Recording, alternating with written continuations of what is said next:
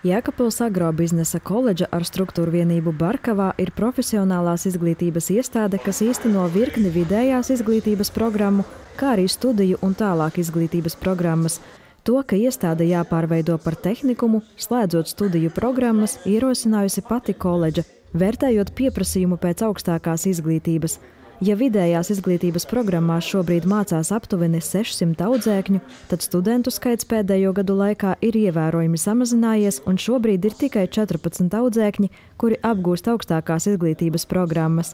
Augstākās izglītības akreditācijas ir ārkārtīgi dārgas. Viena izglītības programma izmaksā aptuveni 20 000. Un ja mēs rēķinām, ka mūsu koledžā līdz šim brīdim tādas bija 3, tad pie studentu skaita grupā 5 un 4 studenti tas reāli fiziski nav iespējams.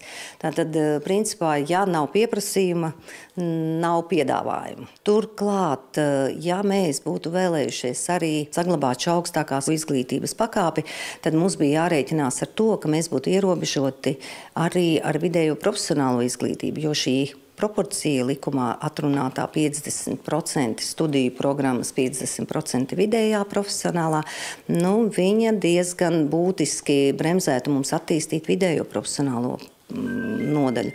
Iestāde izvēlējās atteikties no studiju programmām un kļūt par Jēkabpils tehnoloģiju tehnikumu, stiprinot vidējās izglītības programmas, kā arī mūža izglītību. Pirms pāris gadiem tika pieņemts lēmums spēcīgi attīstīt mūža izglītības nodaļu. Ir izstrādāta mūža izglītības stratēģija, un soli pa solim mēs ejam attīstības virzienā.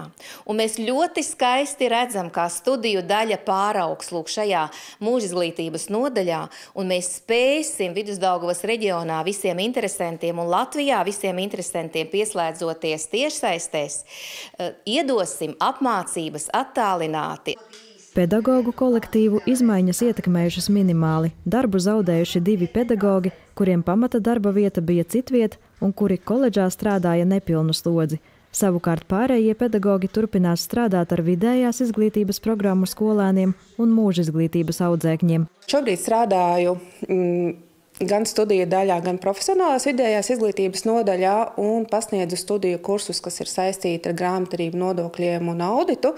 Un arī profesionālās vidējās izglītības nodaļā mācu profesionālos moduļus un grāmatvežu izglītības programmā. Mainoties statusam, mana ikdiena būtībā nemainīsies, jo šis profesionālais tāpat tās saglabājas. Godīgi slodzes ziņā ar katru gadu paliek arvien vairāk, tā kā noteikti mazāk nepaliek.